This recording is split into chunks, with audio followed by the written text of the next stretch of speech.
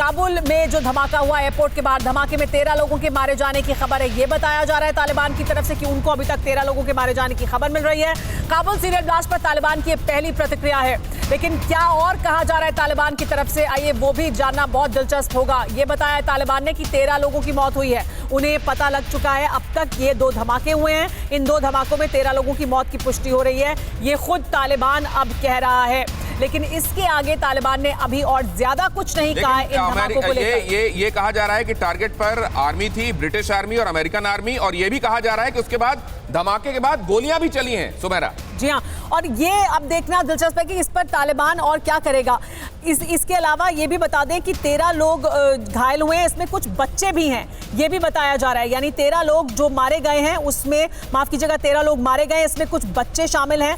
Kabul airport पर 2 धमाके हुए जिनमें जो मारे गए लोग हैं उसमें बच्चे भी शामिल हैं। ये जो जानकारी है वो अब सामने आई है, तालिबान की तरफ से ऑफिशियली आधिकारिक रूप से जानकारी दी गई है। साथ ही ये भी कहा है कि बहुत से लोगों को इसमें चोटें लगी हैं, घायल हुए हैं। इसमें जो मूवमेंट गार्ड मौजूद थे काबुल एयरपोर्ट पर वो भी घायल हुए हैं, ये भी तालिबान की तरफ से बताया गया है। यानी ये जो धमाका हुआ, अभी तक जो सही संख्या है उसके बारे में जानकारी तालिबान की तरफ से बताया जा रहा है कि उनको नहीं है। नेशनैलिटीज़ क्या थी, यानी उन लोगों की नेशनैलिटी क्या थी जो मारे गए हैं, इसकी अभी पुष्टि नहीं की जा रही है तालिबान की तरफ से। लेकिन जो मारे गए हैं लोग, उनकी संख्या बताई गई है, 13 लोग हैं, इनमें बच्चे भी शामिल हैं। तो ये 2 धमाके जिनमें कई लोग घायल भी हुए हैं, और ये पहले से जानकारी सामने आ रही थी कि इसमें कुछ ब्रिटिश सैनिक भी हैं जो घायल हो सकते हैं, और गंभीर रूप से घायल लोग भी इसमें शामिल हैं। तालिबान की तरफ से ये आधिकारिक प्रतिक्रिया दी जा रही है। हमारे साथ लगातार मेहमान भी जुड़े हुए हैं, मेरे सहयोगी जुड़े हुए हैं, रोहित हमारे साथ जुड़े हुए हैं अमेरिका से, मनीष हमारे साथ जुड़े हुए हैं, अश्विनी सिवाच भी हमारे साथ बने हुए हैं। रोहित, लेकिन आप हमारे साथ अमेरिका से जुड़े हुए हैं, ये जो जानकारी अब सामने आ रही है, तालिबान ये दावा कर रहा है कि हमारे कई लड़ाके भी मारे गए हैं, ये भी बता रहा है कि जो 2 धमाके हुए हैं इसमें कुछ बच्चे भी मारे गए हैं। इसकी क्या प्रतिक्रिया अब अमेरिका में होती दिखाई दे रही है? इसको लेकर किस तरह की आवाज वहां आपको सुनाई दे रही है अमेरिका में? देखिए सुमेरा, मैंने 2 सेकंड पहले मेरे पास एक अपडेट आई है कि पेंटागन कह रहा है कि उनके पास अननोन नंबर्स ऑफ कैजुअल्टीज है। इसका मतलब कि वो भी एक नंबर नहीं देना चाहते, लेकिन जहां तक मेरी जानकारी, एक सेकंड के लिए आपको रोक रहा हूं। यहाँ रोहित, ये एक अहम तस्वीर आई है, और अगर इसको जूम कर सकें प्लीज। ये हालांकि पीपल्स डेली की तरफ से आई हुई तस्वीर है, और उन्होंने एक्सप्लोजन के समय की ये तस्वीर अपने ट्विटर हैंडल पर डाली है। और यहां अगर मैं दिखा सकूं, ये बहुत क्लियर कट दिखा रहा है उस समय एयरपोर्ट के अंदर से, अंदर प्रीमाइसेस के भीतर आपको दिखाई दे रहा है यहां पर।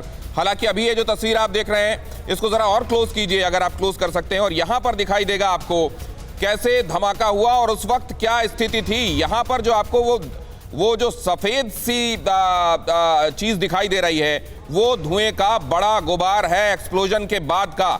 इसको और स्पष्ट तरीके से मैं आपको दिखाने की कोशिश करता हूं, लेकिन और इस बीच ये खबर भी आ रही है कि प्रेसिडेंट बाइडेन व्हाइट हाउस में इस वक्त सिचुएशन रूम में है, यानी हर पल निगरानी रखी जा रही है जो बाइडेन द्वारा सिचुएशन रूम में है, और वहां से वो अपडेट ले रहे हैं अफगानिस्तान में जो कुछ हो रहा है उसको लेकर।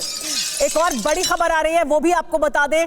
जो बाइडेन व्हाइट हाउस के सिचुएशन रूम में, जैसा कि मैं आपको बता रही थी, ये बड़ी जानकारी सामने आ रही है। जो बाइडेन लगातार इस पूरी खबर पर नजर बनाए हुए हैं, पल पल की जानकारी, पल पल का अपडेट ले रहे हैं। जो बाइडेन सिचुएशन रूम में मौजूद है अफगानिस्तान में जो कुछ हुआ है काबुल एयरपोर्ट के बाहर, अननोन नंबर ऑफ कैजुअल्टीज की लेकिन बात हो रही है।